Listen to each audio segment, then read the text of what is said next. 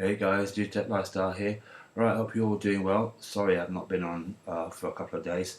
I've had to replace the software that I was using to record videos with, so hopefully this one's a lot better. Bitcoin markets are up again. We can see that there is some movement in the market. Anyway, Amika can't participate in the expert challenge now, but may file the application for brief concerns with the SEC expert at summary judgment. In a heavily redacted letter to the judge, Torres, the plaintiffs had requested that revoke their community status granted to the opposition, bar any further participation of the John Deepen XRP holders representative in this case. The SEC had argued, so the judge has actually told the SEC, stuff it. You're not having it this way. Basically, they were allowing John Deepen and the 79 or 69,000 XRP holders to be involved in this case, and this is significant for XRP holders and those anybody who holds XRP. And if you ain't got some yet, well, maybe that you might want to get some, because this case is going to come to an end soon. I don't know when. I can't tell you when. But I believe somewhere around September, November, maybe. I don't know. Anyway, we're watching this, and it's taking shape now. Right. So onto more news. There's some the SEC is going to be taken to task as a result of other businesses not feeling happy with what they've done and how they're behaving in the market. And this has come out. When did this come out? Today, I believe. There's this group, SEC, sues SEC over proxy adversary firms' rules. Basically, they are not happy with the way in which this is not even a cryptocurrency player. This is just an advocacy firm, and they are suing the SEC because they're not feeling happy with the SEC, how they are behaving, and it's rule by enforcement, basically, and how they are just basically hammering on anything that they think they can get their hands on. They're just going for it. I'll put the links in the description. You guys can go read it for yourself.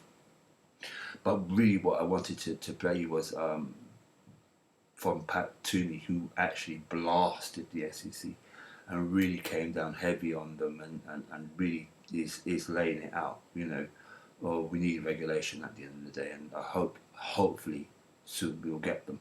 But he really went into town. So let me just play you this video.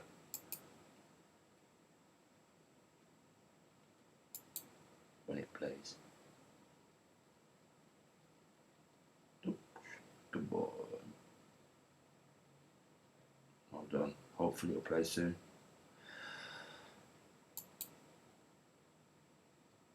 No. Yeah. Thank you, Mr. Chairman, and welcome to our witnesses. Our hearing today looks at scams and risks in the securities markets with a specific focus on crypto. And given the recent collapse of an algorithmic stablecoin and the bankruptcy of several crypto lending platforms, this is a well-timed hearing. And of course, one would think that we'd hear from the SEC, the primary federal regulator of securities, especially considering that the chairman there considers nearly every cryptocurrency to be a security. That's the request Republicans made. Now, there must be some good reason why Chairman Gensler or one of his subordinates can't appear before the Senate Banking Committee to explain what the SEC was doing while several crypto lending platforms, including Celsius and Voyager, imploded. Especially since the chairman himself would very likely claim that these companies fall entirely into his jurisdiction. Our Democratic colleague said that he's not testifying today because it's possible that he may appear at the committee this fall. Well, that's little comfort to the thousands of Americans who lent their crypto to Celsius and Voyager, some of whom will be unsecured creditors now in those companies' bankruptcy proceedings. What was the SEC doing? While these companies and others were offering lending products that looked an awful lot like securities. And what's the SEC doing now to help ensure the crypto community gets the regulatory clarity it has repeatedly asked for? People, we all deserve answers now. We deserved them a long time ago. And Chairman Gensler has the answers To those and other questions, he just refuses to share them with us. Now, it's clear that some Americans invested in unsustainable schemes and even fraud, and we need to investigate that fraud and prosecute any violations of the law. But since at least September of last year, I've argued that some digital asset projects were offering returns that didn't make any sense to me, and that some of these endeavors would inevitably end badly. Well, over the past couple of months, those risks became reality. As I mentioned, Celsius and Voyager were offering interest rates as high as 18% if customers would lend their digital assets to these companies. Well, the firms would then lend that crypto to other larger investors to make short-term bets on crypto markets. Well, once the crypto sell-off began, the borrowers couldn't pay their debts, the platforms froze customer accounts, and now both companies are in bankruptcy, and investors are staring at billions in losses. These circumstances beg the question, where was the SEC? Had the SEC responded to calls for clarity on how it would apply existing security laws to novel digital assets and services, something that I and many others repeatedly asked for, things might have been different. For instance, the SEC could have said how it intended to apply the Howey and Reeves tests, which the SEC uses as a primary mechanism for determining when something is a security. The Howey test has four basic prongs in determining whether something is a security. To be a security, there must be an investment of money in a common enterprise with a reasonable expectation of profits that are derived from the efforts of others. Well, it seems like the crypto lending products that I mentioned had all four of these features.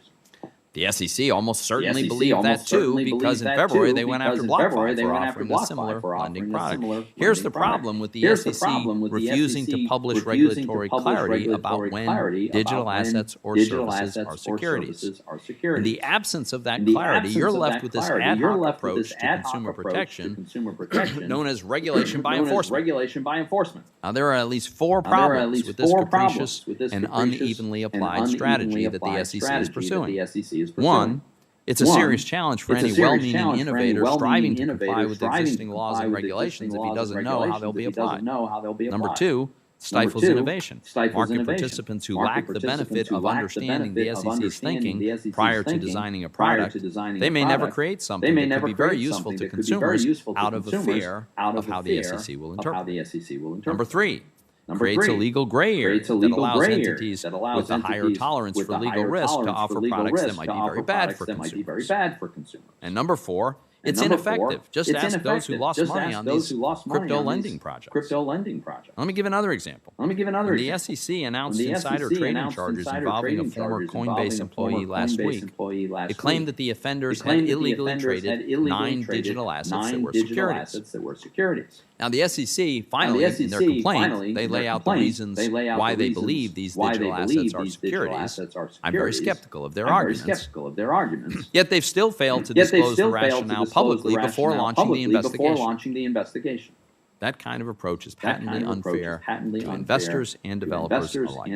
So Republicans have been arguing for a more thoughtful approach to regulating digital assets. The first place where we should be able to find common ground, and I actually think we're in many cases are close, is to chart a path forward for clear, sensible regulation on stablecoins. There's a clear bipartisan agreement that stablecoins should have consumer protections. There are virtually none now. I've proposed a framework to do that. I'm in discussion with several members to make this proposal a bipartisan one. Let me conclude with this. It's absolutely essential to investigate any fraud in the crypto market and any violations of existing law and prosecute those who are committing those crimes.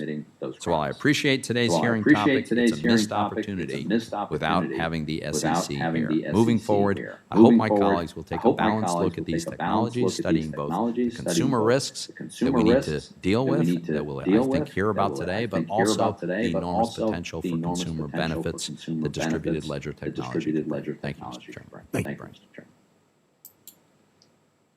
So basically, he called out the SEC and their basic way of handling stuff. The thing is, they allow Celsius and all those other companies that Toomey mentioned to get away with doing what they have done. And I find it very odd that the powers that be in the USA in particular are not bringing Gary Gensler into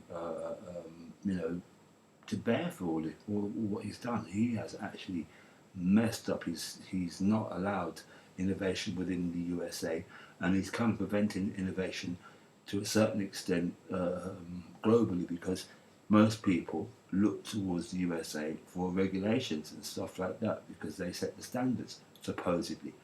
But that's not happening, so therefore that's harming companies like Ripple and all those other companies that are doing the right thing, and those companies that have actually gone into the SEC and done the right thing are then being sued. So when he said capricious, that's what he meant. You know, all those things that Gary Gensler has done are all wrong, and he needs to be brought to account for all what he's done in this space, to be honest with you. Last bit of news is Russia. It's not the last bit of news, because there is a bit where UK and the USA are supposed to collaborate on actually getting some token stablecoin regulation. However, I will put the link in that. This is a video I think you guys need to watch. I'm not going to put the whole thing in there. I'm going to the whole video, but it is something that is, especially basically saying, this came out today. Basically, China and Russia BRICS progress while SEC holds back Ripple, and this is so true. The Ripple initiative is being held back while everybody else is just running forward and doing their thing with their assets and stuff. Well, bringing stuff into play in the digital space. The UK is ahead of the USA. Europe's doing their thing. Now you've got the BRICS nation. What does that say for the dollar? Are they deliberately wanting to crash the dollar at the end of the day? Is that what this is all about? You have to ask yourself that question. What is it all about? Who is this hurting? Is this hurting the American investor, or is it hurting the America as a country? Or are they going to allow Ripple to come out of its little box that they've kept it in and be something of value to the world? Because it's already of value to countries like mine and stuff like that. We're using it, but they're not telling us. But we're using it. Other countries are using it. And I wish this bloody video would play.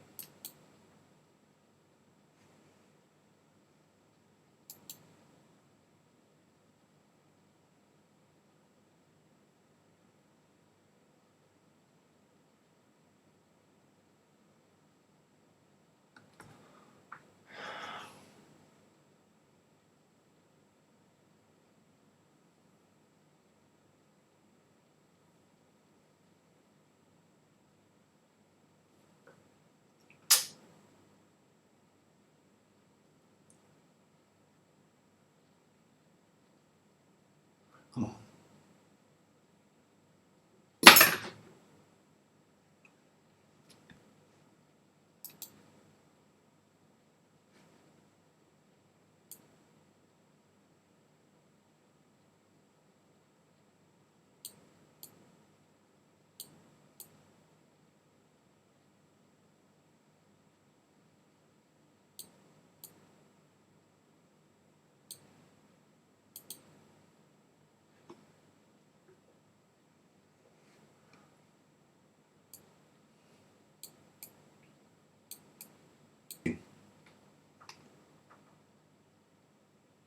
Right, looks like it's playing. Right, let's get this going.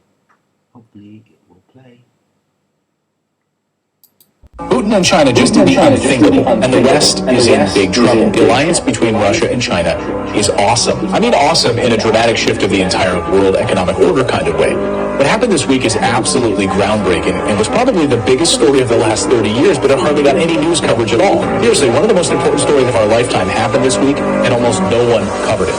Russia joined forces with China to create their own new reserve currency. Officially. Yes, it's happening, guys. This means that the new reserve currency won't be the US dollar. This new currency will be based on rare earth minerals, guys. I've been saying this for a while, and that's why I'm personally investing in them, okay? Russia and China are moving their currency to gold, silver, uranium, nickel, copper, real, tangible things, guys. This means that Russia and China are tying their country's fortunes to minerals that they bring out of the ground and then sell to the rest of the world.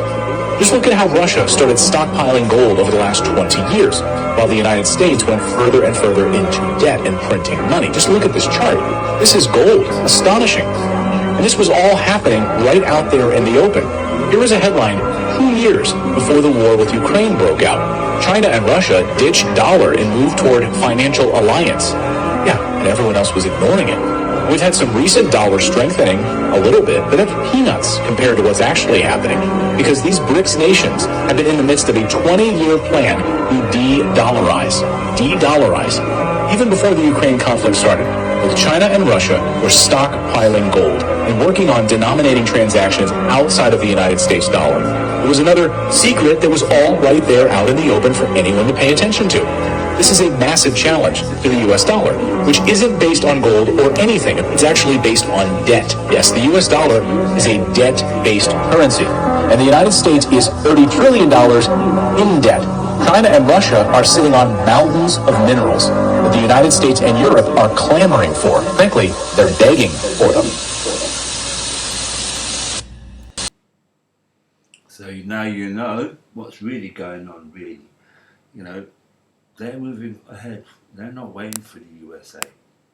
In fact, everybody else is moving away. Yeah, people want Russia's oil and all its commodities and stuff like that. And I think, you know, one of the reasons why we're seeing what's going on over there is because of all this stuff. They have an awful lot of stuff. You know, you're hearing all this rhetoric and crap against both of those countries. But you know what? Who put them in that position?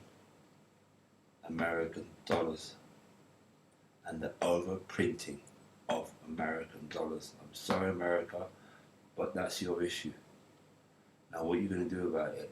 You've got technology out there that you can bargain with, yet people are sat on their backsides in your country and they're allowing the others to get ahead. Is, like I said, is this a deliberate act against the US dollar? Are they really crashing the US dollar and blaming? I know the dollar's up at the moment. That's beside the point. It's a debt-based Ponzi scheme. Get that in your head. You know what I mean? So you know, BRICS nations and all that. They're getting their gold. They're getting their commodities. They're getting all their minerals and stuff. Something of value. Whereas the dollar is not. And I'm afraid to say it, but it's been used to beat people up for far too long. The hegemonic system of the dollar is wrong. You know, you can't keep beating over people over the head and expecting people to just lay there and take it anymore. They're not going to. The world has changed, and I suggest people change with it. Anyway, don't get scammed, get regulated. And once again, sorry for not getting the video out the last couple of days, but I've had issues with my machine. Hopefully this is sounding better and looking better. Anyway, you guys take care of yourself and have a good day. Speak to you soon.